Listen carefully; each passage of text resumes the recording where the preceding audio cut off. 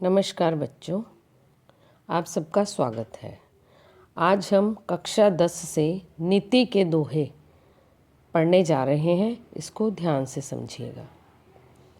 ये सबसे पहले हम रहीम जी के दोहे पढ़ेंगे। ये थे रहीम जी, कवि रहीम, जिनका पूरा नाम था अब्दुल रहीम खानई खाना। रहीम दास जी का हिंदी साहित्य में दिया गया योगदान अभूतपूर्व है और इनके लिखे दोहे ऐसे हैं जिन्हें कभी भी भुलाया नहीं जा सकता। ये केवल अच्छे कवि नहीं थे, बल्कि मुगल सम्राट अकबर के दरबार में नवरत्नों में से एक रत्न थे। आपकी पुस्तक में ये दोहे इस प्रकार हैं, पहले रहीम जी के, फिर बिहारी के, फिर वृंद के। तो आज हम केवल रहीम जी के दोहे ही पढ़ेंगे, समझेंगे और प्रसंग व्याख्या करेंगे। रहीम के दोहे अर्थ सहित। तरुवर फल नहीं खात है, सरवर पिय ही न पान, कहे रहीम पर काज हित, संपत्ति संचहि सुजान। तो इसमें कुछ कठिन शब्द आए हैं। तरुवर अर्थ है पेड़, सरवर तालाब, पन पानी, पर दूसरे, हित भले के लिए, सुजान सज्जन ज्ञानी लोग। तो इसका अर्थ क्या हुआ? कवि कह रहे हैं कि पेड़ अपना फल कभी भी स्वयं नहीं खाते, नदी कभी भी अपना पानी स्वयं नहीं पीती। इसी तरह अच्छा व्यक्ति, जो सज्जन व्यक्ति है, वो धन का संचय दूसरों को दान के लिए, भले के लिए ही करता है। तो इस दोहे से सीख मिलती है कि हमें दूसरों की भलाई के लिए तत्पर रहना चाहिए।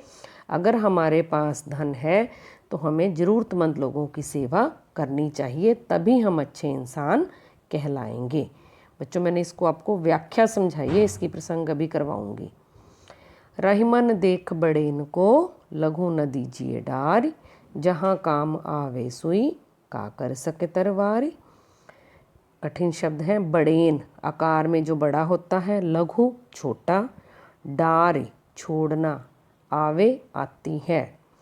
तो इसमें क्या कह रहे हैं? कवि कहते हैं कि बड़ी वस्तुओं को देखकर छोटी वस्तु को फेंकना नहीं चाहिए। जैसे सुई छोटी है, तलवार बड़ी है, लेकिन सुई जोड़ने का काम करती है, तलवार काटने का। तो क्या जो सुई काम कर सकती है छोटी होकर, तलवार वो बड़ी होकर भी काम कर सकती है? कभी भी नहीं कर सकती।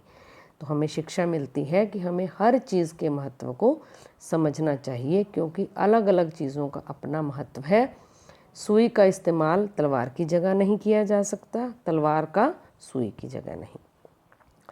आगे है, कह रहीम संपत्ति सगे, बनत बहुत बहुरीत, विपद कसोटी जे कसे, तेई सांचे मीत। तो इसके शब्द अर्थ है, संपत्ति धन, विपद मुश्किल समय, विपत्ति का समय, सोई वही, सांचे सच्चा है। तो रहीम जी कहते हैं कि संपत्ति की, पैसे की अधिकता होने पर बहुत से लोग हमारे मित्र बन जाते हैं।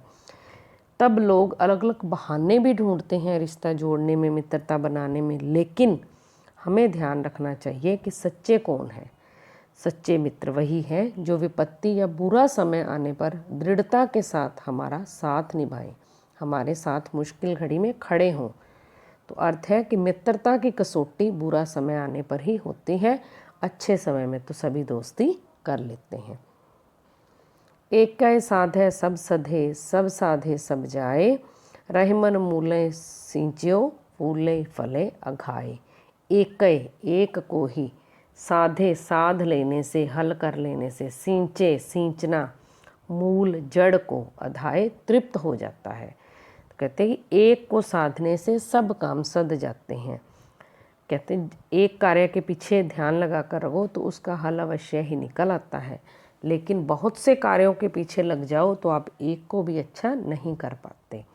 रहीम जी कहते हैं कि मूल अर्थात जड़ को पानी दो तो उसको सींचने से पेड़ फलता फूलता है, केवल टहनियों को या आस पड़ोस के पेड़ पौधों को सींचने से नहीं।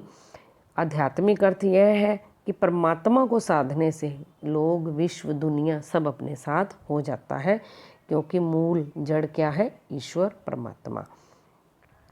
तो साधारण अर्थ है कि एक बार में एक ही काम पर ध्यान लगाओ, एक साथ काफ़ी कार्य इकट्ठे करने का प्रयत्न ना करो। तो ये थे बच्चों रहीम जी के दोहे, जिनके मैंने आपको सरल अर्थ समझाए हैं। अब मैं आपको इसका प्रसंग समझा रही हूँ कि प्रसंग किस प्रकार लिखते हैं।